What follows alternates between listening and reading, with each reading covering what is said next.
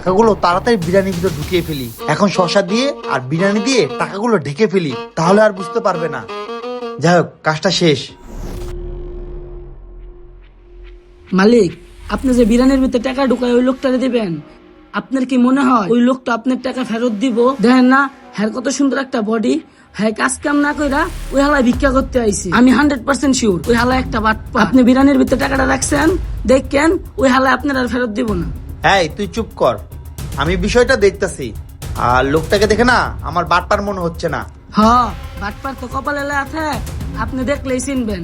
আপনি দিয়া দেখেন, আপনার টেয়াটা যখন মাইরা দিব তখন মজাটা বুঝবেন। হ্যাঁ, তুই চুপ থাক, তুই একটু বেশি কথা কস। তোর কথাবার্তা শুনে মনে হয় কি আমি মালিক না, তুই এই রেস্টুরেন্টের মালিক। বুঝতে পারছস আমি কি করতেছি? তুই চা দেখ, যা তুই তোর কাজ কর। যাই বিরিয়ানিগুলা ওই লোকটাকে দিয়ে আসি। নেন ভাইয়া, এই বিরিয়ানিগুলো আপনি খান, লাগলে আমাকে জানাবেন। আচ্ছা ভাই, ঠিক আছে। লোকটা অনেক ভালো, আমাকে খাবার খাইতে দিল। যাই হোক, অনেক ক্ষুধা লাগছে, তাড়াতাড়ি করে এই খাবারটা খেয়ে নেই। মহাজনটা মানা করার পরেও তাও বিরিয়ানির ভিতরে টাকাটা দিল। এই টাকা লয়ে যদি পালানোর চেষ্টা করে, ওই ভিখারির এমন মার দিমু আর ভিক্ষা করার স্বাদ মিটাই দিমু। আরে, খাবারের ভিতরে এটা আবার কি? টাকা? আরে, খাবারের ভিতরে এতগুলো টাকা! যাক, ভালোই হলো। কেউ দেখার আগে তাড়াতাড়ি করে টাকাগুলো পকেটের ভিতরে ঢুকিয়ে ফেলি। টাকাগুলো পকেটে ঢুকানো শেষ, এইবার কেউ দেখার আগে তাড়াতাড়ি করে খাবারগুলো খেয়ে এখান থেকে কেটে পড়ি। কি ব্যাপার, লোকটা দেখি টাকাগুলো পকেটে ঢুকিয়ে ফেললো। দাঁড়া, এর একটা ব্যবস্থা করতেই হবে। না, এখনো কেউ টের পায় নাই। আমি তাড়াতাড়ি করে খেয়ে এই টাকাগুলো নিয়ে এখান থেকে কেটে পড়ি। কিরে, ওই হালাই দিয়ে সব খেয়ে শেষ করলো। টাকা পকেটে ঢুকায়া মনে হয় ভাগবো। তুই শালা খালি আজকে 12, তোরে দেখ কি বাটামিটা দেই। খাওয়া শেষ, এইবার কেউ দেখার আগে তাড়াতাড়ি করে এখান থেকে কেটে পড়ি। আহারে, লোকটা আমি ভালো মনে করছিলাম, আর লোকটা আমার টাকাগুলো মেরে দিয়ে চলে গেল। আজকাল মানুষদেরকে বিশ্বাস করতে নেই। কিরে, ওই হালাই দিয়ে মহাজনের টাকা মাইরা দিয়ে গেল গা। দাঁড়া, তোরে দেখতেছি। মহাজন, ওই হালাই দিয়ে আপনার টাকা লয়ে ভাগছে। আপনি খালি একবার হুকুম দেন, ওরে মাইরা টাকা দিয়ে আমি লইতাছি। আরে অঙ্কন, বাদ দে, মাথা গরম করিস না। আর ও তো আমার কয়েকটা টাকাই নিয়ে গেল, তাই না?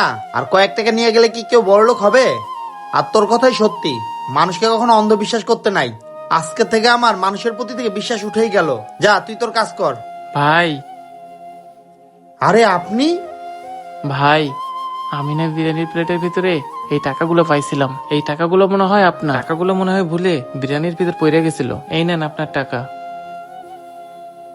আরে ভাই, আপনি এতগুলা টাকা পাওয়ার পরও আপনি আমাকে ফেরত দিতে চলে আসলেন? আপনি কি জানেন আপনার জায়গাতে অন্য কেউ থাকতো না, তাহলে এই টাকাগুলো ফেরত দিতে আসতো না। ভাই, এই টাকাগুলো আমিও ফেরত দিতাম না। আমারও এই টাকাগুলোর প্রতি অনেক লোভ হয়েছিল, কিন্তু একটা কথা ভেবে দেখলাম কি ভাই, আমি না ভাই এই শহরের অনেক মানুষের কাছ থেকে খাবার চাইছিলাম, কিন্তু আমারে কেউ একটু খাবার দেয় নাই। সবাই আমার চেহারা দেখে বলে কি, তুই যা কাজ করে খাইতে পারস না। ভাই, কাজের জন্য তো আমি অনেক জায়গায় গেছিলাম, কিন্তু সবাই আমারে দূর দূর করে তাড়াই দিছে। কেউ আমার একটা কাজ দেয় নাই। কিন্তু এই কথাটা আমি কাউরেই বুঝাতে পারি নাই। সবাই আমাদের চোর বাটপার বইলে তাড়াই দিছে। কিন্তু ভাই, আপনি সেটা করেন নাই। আমার এই চেহারা দেখার পরও আপনি আমারে খাইতে দিচ্ছেন। আমি কিভাবে আপনার সাথে বেইমানি করি বলেন? যাই হোক ভাই, আপনার পরিস্থিতির কথা শুনে আমার খুব খারাপ লাগলো, কিন্তু আপনি এই টাকাগুলো ফেরত দিলেন না, এটা দেখে আমার খুব ভালো লাগলো। আপনি যখন এই টাকাগুলো নিয়ে গেছিলেন না, তখন আমার মানুষের প্রতি থেকে বিশ্বাসই উঠে গেছিল। আর আমি তো ভেবেই নিছিলাম আপনি এই টাকাগুলো আমাকে কখনো ফেরত দিবেন না। টাকাগুলো ফেরত না পেলে আমি কখনো কোনো মানুষকে আর বিশ্বাস করতাম না।